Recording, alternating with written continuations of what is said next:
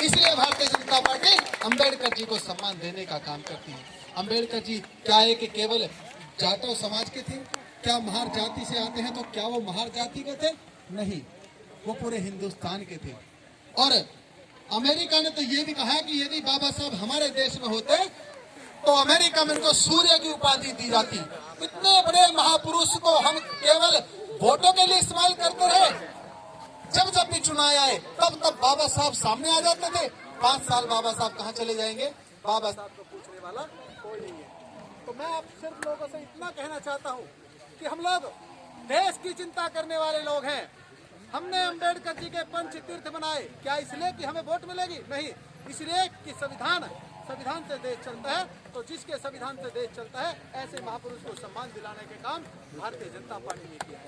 जहाँ बाबा साहब का जन्म हुआ, जहाँ बाबा साहब की मृत्यु हुई, जहाँ बाबा साहब ने दीक्षा प्राप्त की, जहाँ बाबा साहब ने लंदन में रहकर शिक्षा प्राप्त की और जहाँ बाबा साहब ने अंतिम सांस ली दिल्ली अलीपुर 36 रोड में, ये कांग्रेस जिसको हमने लगभग 60 साल वोट देने का काम किया, आंख मीच कर हमने वोट दिया, क्या बाबा साहब को 6 गज की जमीन दिल्ली में नहीं दे सकते थे क्या? क्या दिल्ली कांग्रेस परिवार की क्या पपौती है क्या? क्या उनकी जायदाद है क्या? बाबा साहब के मरने के बाद 6 गज की जमीन दिल्ली के अंदर इस सरकार ने नहीं दी। भारतीय जनता पार्टी ने मुंबई दादर में जाकर और बाबा साहब को जो है इंदू मिल नाम की जगह है उसको खरीद कर और बाबा साहब का वहाँ पर जो समाधि जो बनी हुई है उसको बाबा साहब को वहाँ पर जगह दी गई और उस इंदू मिल को खरीद कर बाबा साहब का भव्य स्मारक बनाया गया। इसलिए भारतीय जनता पार्टी मैं नहीं कहता कि मैं जाता हूँ, मैं नहीं कहता कि मैं किसी जाति से हूँ, मैं ये कहता हूँ कि जिसने हमें सम्मान दिया हम उसको सम्मान देंगे। आंख मीच कर वोट मत देना। आप लोगों को कहता हूँ वोट हमारा अधिकार है, परंतु आंख मीच कर मत देना, किसी को भी नहीं देना। भारतीय जनता पार्टी को देना, पहले पूरी योजना समझना। किसके लिए काम किया भारतीय जनता पार्टी ने?